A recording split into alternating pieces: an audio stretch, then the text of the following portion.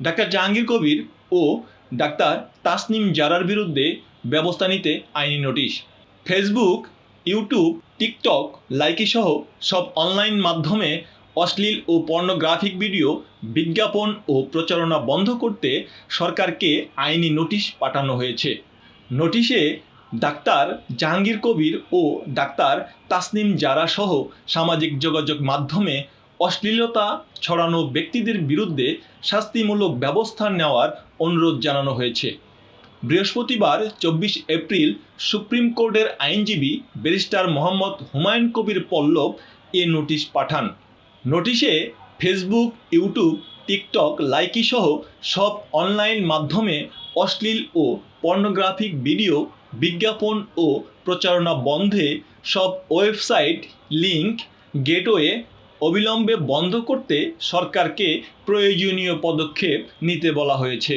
মানবাধিকার সংগঠন law and life foundation trust এবং সুপ্রিম কোর্টের দুই আইনজীবী বাইজিদ হোসেন ও নাইম সর্দারের পক্ষে অনলাইন ও সামাজিক যোগাযোগ মাধ্যমে অশ্লীলতার ভয়াবহতা উল্লেখ করে ডাক ও টেলিযোগাযোগ মন্ত্রণালয়ের সচিব, তথ্য ও সম্প্রচার সচিব, স্বরাষ্ট্র সচিব, আইন সচিব, বাংলাদেশ টেলিযোগাযোগ নিয়ন্ত্রণ কমিশন, পুলিশের মহাপরিদর্শক বরাবর ডাকযোগে জনস্বার্থে নোটিশ পাঠানো হয়েছে।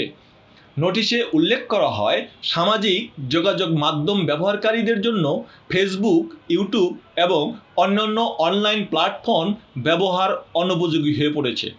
পারিবারিক এবং সামাজিক পরিমণ্ডলে এসবের অনাকাঙ্ক্ষিত প্রভাব পড়ছে। পারিবারিক এবং সামাজিক মূল্যবোধ হারিয়ে যাচ্ছে। বাংলাদেশের নামিদামি সেলিব্রিটি এবং শোবিজ মডেল ও তারকারা তাদের নিজস্ব ফেসবুক পেজ এবং ফেসবুক অ্যাকাউন্টে টাকার বিনিময়ে বিভিন্ন অশ্লীল ভিডিও ও বিজ্ঞাপন প্রমোট করছেন। অনেক ডাক্তার নিজেদের ভিউ বাড়ানোর জন্য সামাজিক যোগাযোগ মাধ্যমে বিভিন্ন ঔষধ এবং সামগ্রিক বিক্রয়ের জন্য অশ্লীল ভিডিও এবং বিজ্ঞাপনের মাধ্যমে সাধারণ মানুষকে আকৃষ্ট করে। ডাক্তার জাহাঙ্গীর কবির, ডাক্তার তাসনিম জারা সহ অনেকেই সামাজিক যোগাযোগ মাধ্যমে বিভিন্ন পরামর্শের আড়ালে ভিডিও, বক্তব্য ও ছবির মাধ্যমে যৌন উত্তেজক ওষুধ বিক্রি করে থাকেন। ওইসব ছবি এবং ভিডিও সমাজে ব্যাপকভাবে অশ্লীলতা ছড়িয়ে সামাজিক এবং পারিবারিক মূল্যবোধকে বিনষ্ট করছে। অবিলম্বে ফেসবুক, ইউটিউব, টিকটক, লাইকি সহ সব অনলাইন মাধ্যমে অশ্লীল ও পর্নোগ্রাফিক ভিডিও, বিজ্ঞাপন ও প্রচার বন্ধ করতে যথাযথ ব্যবস্থা গ্রহণ এবং জড়িতদের বিরুদ্ধে শাস্তিমূলক ব্যবস্থা নেওয়ার জন্য বিবাদীদের ব্যবস্থা গ্রহণের অনুরোধ করা হয়েছে। অবিলম্বে সংশ্লিষ্টদের বিরুদ্ধে আইনগত ব্যবস্থা গ্রহণ না করলে ল অ্যান্ড লাইফ ফাউন্ডেশন জনস্বার্থে হাইকোর্টে রিট দায়ের করে যথাযথ আইনি পদক্ষেপ নেবে বলে নোটিশে জানানো হয়েছে।